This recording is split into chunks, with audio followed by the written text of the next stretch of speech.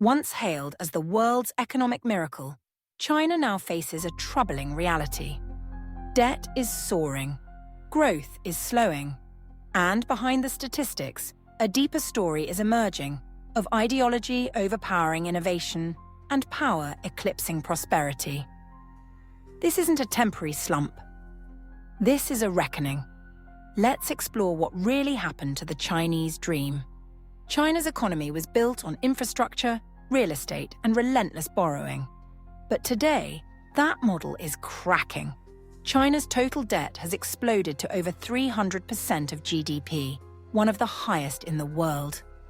Much of it is hidden in opaque local government financing vehicles, or LGFVs.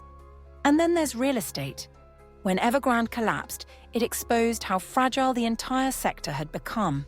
Now millions of unfinished apartments haunt China's cities. Local governments are strapped for cash, and families have lost trust in what was once their biggest investment. At the heart of China's slowdown is a demographic crisis. The population is shrinking. The workforce is aging. And young people? They're increasingly unemployed and disillusioned. Youth unemployment soared past 20% in Q3, before the government stopped publishing the data altogether. This generation was promised prosperity. Instead, they're being told to eat bitterness. That bitterness is now showing in everything from birth rates to consumer spending.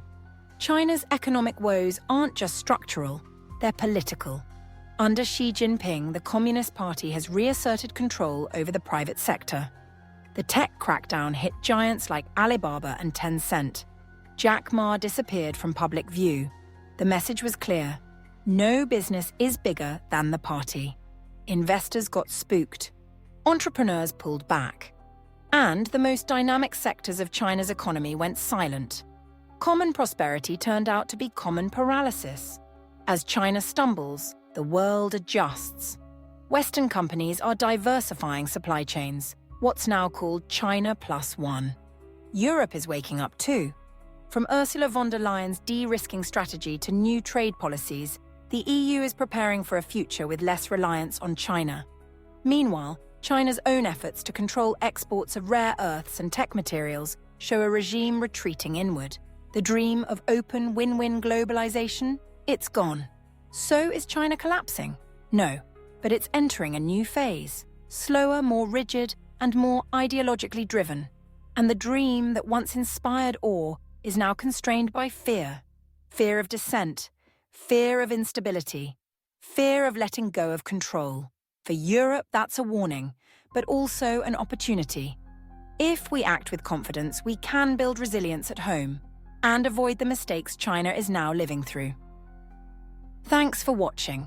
If you found this insightful, give us a like, subscribe to the channel, and visit westernrelations.com for more analysis on global power shifts and Europe's place in the world.